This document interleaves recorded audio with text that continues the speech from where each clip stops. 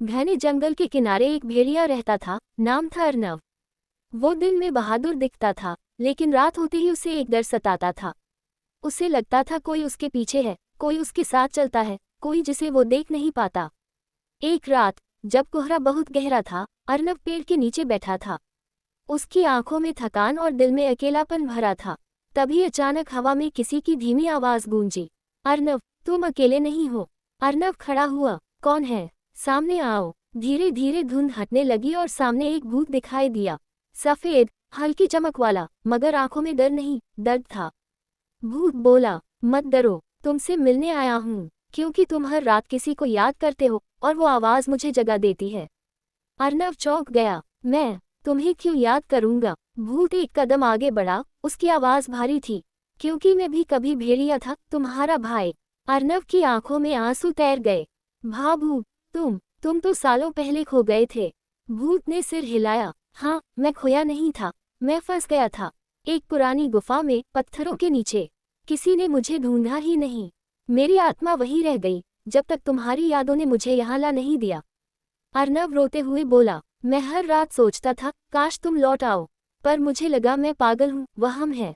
भूत मुस्कुराया, अगर वहम होता तो मैं तुम्हारे आंसू कैसे देख लेता। कुछ पल दोनों खामोश रहे, फिर भूत ने हंसते हुए माहौल हल्का किया, वैसे मैं भूत हूँ पर डराऊंगा नहीं, मुझे डराते हुए भी डर लगता है। अर्नव हंस पड़ा और सालों बाद उसका दिल हल्का महसूस हुआ। भूत ने कहा, मैं आखिरी रात आया हूँ, क्योंकि अब मुझे जाना है। मैं तब तक बंधा था जब तक कोई मुझे याद करता रहा। तुम्हारे अंदर का दर्द मुझे रोक रहा था, अब तुम मुझे छोड़ दोगे तो मैं मुक्त हो जाऊंगा। अर्नव कांपती आवाज में बोला, मत जाओ, तुम मेरे अकेलेपन की आखिरी आवाज हो। भूत ने धीरे से उसका सिर छुआ, नहीं अर्नव, मैं तुम्हारा अकेलापन नहीं, याद हूँ। जब दिल भारी लगे तो हवा से बात कर लेना, मैं वही हूँ। जब चांद पूरा हो तो आसमान देख लेना, मैं वही हूँ।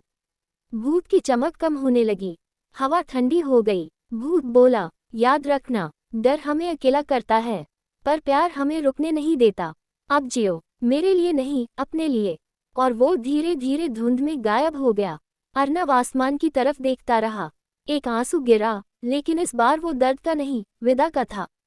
वो बोला, अलविदा और धन्यवाद, तुम भूत नहीं थे, तुम मेरे दिल का भरोसा थे।